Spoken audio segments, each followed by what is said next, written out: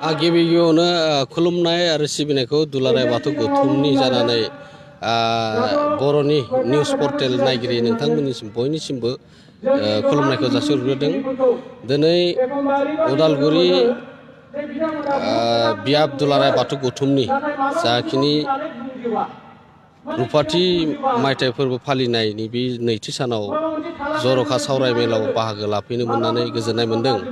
मानो होनोब्ला उदालगुरि जिल्ला दुलाराय बाथौ गौथुमजों लोगोसे बे उदालगुरि बियाब दुलाराय बाथौ गौथुमनि रुफाथि मायथाइ फोरबो फालिनायनि जिखिनि धोरोमारि जर'खा सावरायनाय मेलाव बाहागो लाफैनो मोननानै दा जिखिनि उदालगुरि जिल्लाजोंल' नङा, बे सारा मुलुगाव जेमानखिनि बर' मानसिफोर दङ आरो बाथौ सिबियारि गेजेरजों मोनसे मोजां मेसेज आरो बेनो जाहैबाय बर'नि गुबै धोरोम होनोबा बाथौ धोरोम।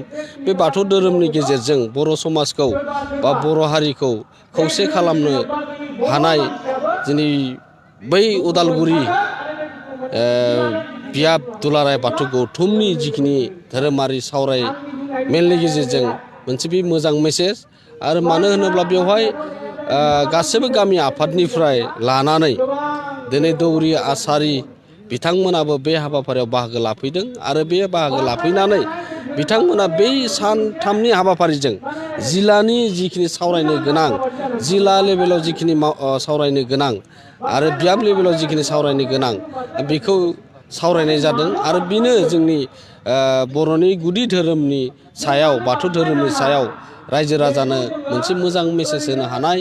आरो दिनैनि समाव दुलाराय बाथौ गौथुमा दिनै बर' हारिनि थाखाय बा बर' हारिखौ खौसे खालामनो गोनां जायोब्ला जोंनि बर' बे हारिनि गेजेरजों, बे बाथौ धोरोमनि गेजेरजोंसो जों खौसे खालामनो हागोन। बेवहायनो जोङो राव, थुनलाइ, हारिमु, आसार खान्थि बे गासिबो बे बाथौ धोरोमनि गेजेरजोंसो जोङो मोननो हायो। आरो बेनो जों गासैबो मिथिगौ जे बर' हारिनि गुबै धोरोमानो बाथौ धोरोम, आरो बाथौ धोरोम थांना थायोब्लासो बर' हारिया थांना थागोन। बेबायदियै जोंनि बै रुफालि मायथाइ फोरबो फालिनायनि गेजेरजों मोनसे रायजो राजाफोरनिसिम, बाथौ सिबियारिफोरनिसिम मोनसे मोजां मेसेज हरनो धोरोमारि बिथिङाव दिनै उदालगुरि जिल्लानि जिखिनि गाबोननि गेवलां मेलाव धोरोमारि बिथिङाव